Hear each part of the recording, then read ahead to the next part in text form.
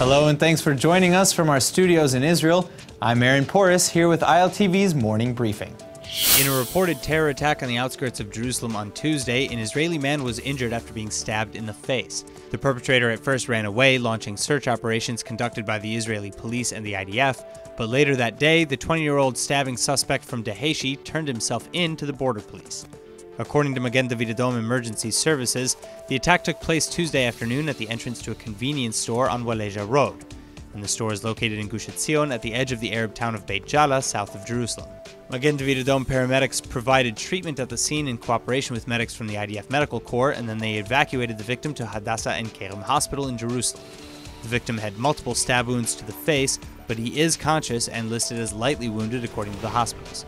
Now, despite the optics, Israeli border police said in a statement that the motive for the stabbing is not yet clear, and stated, quote, "We must wait for the preliminary findings of the Israeli police and the IDF investigations before deciding that this is a terrorist attack," end quote. Though since 2015, there have been a wave of stabbing attacks against Israelis by lone wolf Palestinian assailants. Israeli ministries are all still clamoring to defend the country this week in the wake of Airbnb's decision to drop all listings in Israeli West Bank settlements.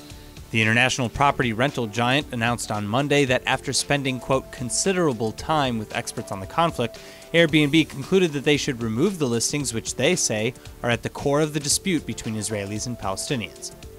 Many BDS and pro-Palestinian activists worldwide have lauded the decision, saying it's a step in the right direction towards ending the conflict. But officials in Israel have called the decision illegal and discriminatory against Israelis and Jews, and have taken a number of steps at fighting it domestically and internationally. Tourism Minister Yariv Levin threatened to levy a high tax and legal repercussions against Airbnb, calling the move racist and a double standard. Justice Minister Ayelet Shaked went further, requesting already that Attorney General Mandelblit consider indictments against Airbnb as well. Shaked argues that the ban on listings in the West Bank violates the prohibition of discrimination in products, services, and entry into public places and places of entertainment law. And Strategic Affairs Minister Gilad Erdan chimed in that the BDS boycott of Israel and terrorism are two sides of the same coin, as they both justify violence against Israelis.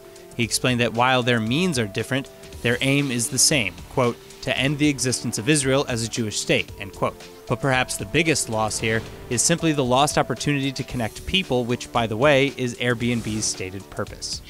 Much to the surprise of other involved nations, Prime Minister Netanyahu announced on Tuesday that Israel will not be joining the United Nations' Global Migration Compact. In a prepared press statement, the Prime Minister said, quote, "We have a duty to protect our borders against illegal infiltrators," end quote, and that's why he instructed the Foreign Ministry not to sign the Migration Pact in Marrakesh next month. The compact is a non-legally binding contract put together in the UN earlier this year, and it was set for final approval in Morocco December 10th and 11th. And the Global Compact for Safe, Orderly, and Regular Migration primarily outlines objective goals to improve data collection on migrants, address the initial reasons for migration, to use detention of migrants as a last resort, eliminate sex and human trafficking, provide flexibility and accurate and timely information during all stages of migration, and much, much more. But rising conflict between the Israeli government and the migrants and asylum seekers already in the country have created tensions Netanyahu isn't eager to exacerbate. In related news, Ethiopian Jews still waiting for transport to Israel as promised are crying foul after further delays leave the 8,000 Jews in the country stuck where they are. Only 1,000 of the Ethiopian Jews awaiting permission were given permits to make Aliyah despite promises made by the Likud government as far back as 2015. Hundreds of Ethiopians from the Jewish community in Addis Ababa came together in protest, with head coordinator Negusa Zemeni Alemu telling the Associated Press that he, quote, "doesn't believe the Israeli government has a financial problem to immigrate the remaining Ethiopian Jews back to Israel, but rather that it's a political move or racism," end quote. Meanwhile, Ethiopians in Israel have also continued to face discrimination in the country, with the latest incident occurring just this week in Ashdod. Police detectives who were called to a high school violently apprehended a 15-year-old Ethiopian-Israeli student as the principal who called the cops looked on.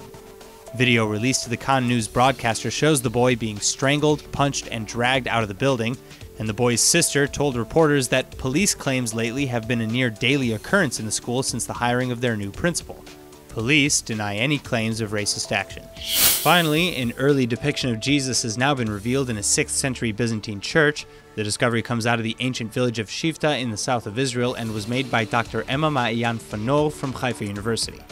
The faint painting of Jesus shows a youth with short curly hair, a prolonged face, and an elongated nose, and admittedly, the image is so faint that to the untrained eye you'd likely miss it entirely. To most, the lines captured in the image look somewhat like iron stains often found after a desert rain. So for the sake of the report, Dr. Maayan Fanar generated a penciled reconstruction over the photograph taken by her husband, and it indeed portrays a portrait of a young man.